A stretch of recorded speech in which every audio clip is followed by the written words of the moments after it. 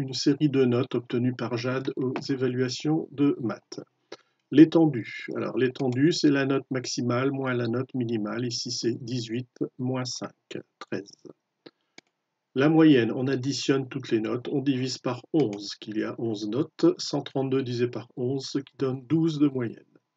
Pour trouver la médiane, il faut donner l'ordre croissant. Donc les notes dans l'ordre croissant sont ici. Comme il y a 11 données, il faut faire deux groupes. Quand je divise 11 par 2, ça fait 5,5. Ça ne tombe pas juste, ce n'est pas un nombre entier.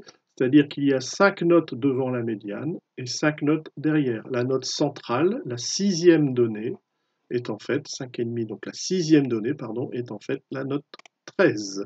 13 est la médiane, ça signifie que Jade a autant de notes inférieures ou égales à 13 que de notes supérieures ou égales à 13. Exercice suivant, on a ici un tableau qui donne les tailles des 30 élèves d'une classe de 3e. Chaque taille a en dessous son effectif, c'est-à-dire 3 élèves mesurent 147 cm, 2 élèves mesurent 149 et ainsi de suite. L'étendue, alors l'étendue c'est la taille maximale 181 moins la taille minimale 147, ce qui donne une étendue de 34.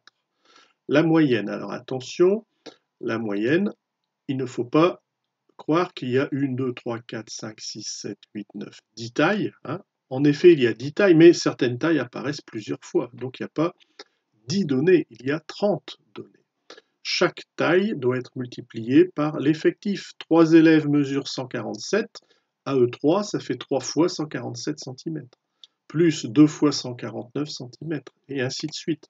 Donc 3 fois 147, plus 2 fois 149, plus 1 fois 152, plus, je n'ai pas tout écrit, point de suspension, 6 fois 153, plus 4 fois 155, et ainsi de suite, jusque 4 fois 181. Le tout divisé par 30, ce qui donne 4786 divisé par 30, soit une taille moyenne d'environ 159,5 cm. Question suivante, la médiane. Donc il y a 30 données. La moitié de 30, c'est 15, c'est-à-dire qu'il y a un groupe de 15 devant la médiane, un groupe de 15 derrière la médiane. Comme il y a 30 données, ça veut dire que la médiane est entre la 15e et la 16e donnée. Il faut donc trouver dans le tableau qu'est-ce que c'est comme taille la 15e donnée et quelle est la taille qui correspond à la 16e donnée. Pour ça, on peut utiliser les effectifs cumulés croissants. 3 élèves mesurent 147 ou moins, personne en dessous. Donc 147 élèves mesurent 3 élèves mesurent 147. 3 plus 2, 5. 5 élèves mesurent 149 ou moins de 149 cm. 5 plus 1, 6. 6 élèves mesurent 152 cm ou moins, et ainsi de suite. C'est-à-dire qu'ici, on a 3 données qui sont 147. La 4e et la 5e donnée, c'est 149 cm. Ensuite, on a des 152 cm, on en a 6. Pardon, on en a une, ce qui fait qu'on arrive à la 6e donnée. Ensuite, on a 6 tailles qui sont toutes 153. Donc, la 7e, la 8e, la 9e, la 10e, la 11e et la 12e donnée, c'est 153 cm. Nous cherchons la 15e et la 16e. Donc on continue. 12, 13, 14, 15, 16. 13e, 14e, 15e, 16e donnée. Donc à partir de là, de la 13e à la 16e donnée, c'est 155. Donc la 15e donnée, c'est 155. Et la 16e donnée, c'est aussi 155. Donc la taille médiane, c'est 155 cm.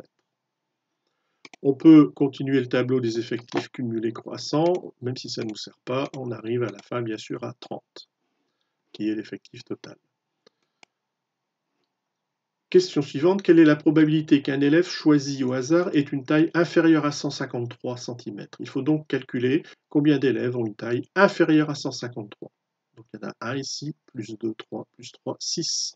6 élèves ont une taille inférieure à 153. Ça veut dire que la probabilité de choisir un tel élève est donc de 6 sur 30, puisqu'en tout, il y a 30 élèves.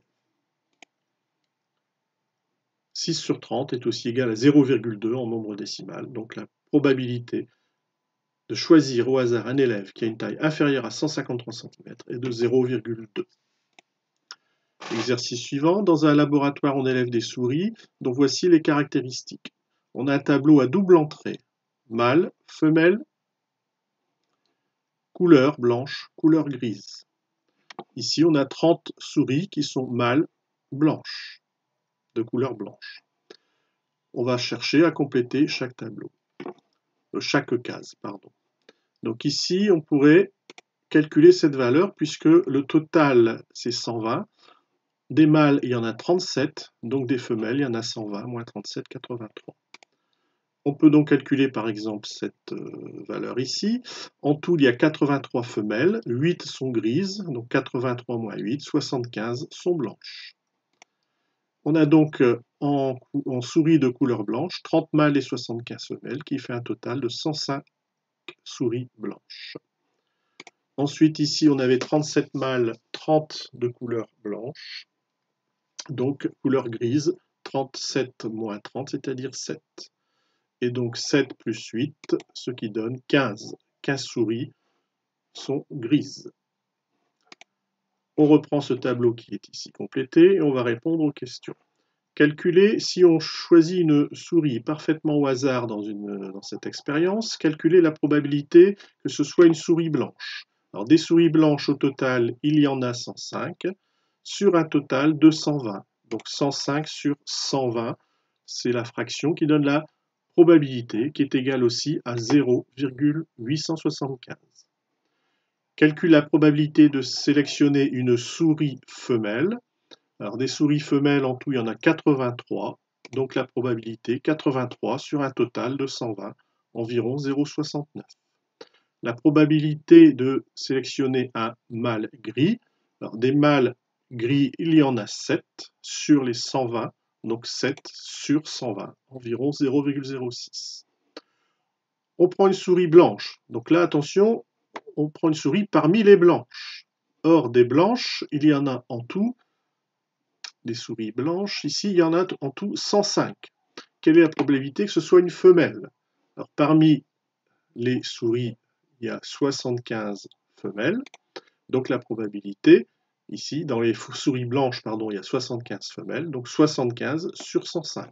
75 sur 105, environ 0,71.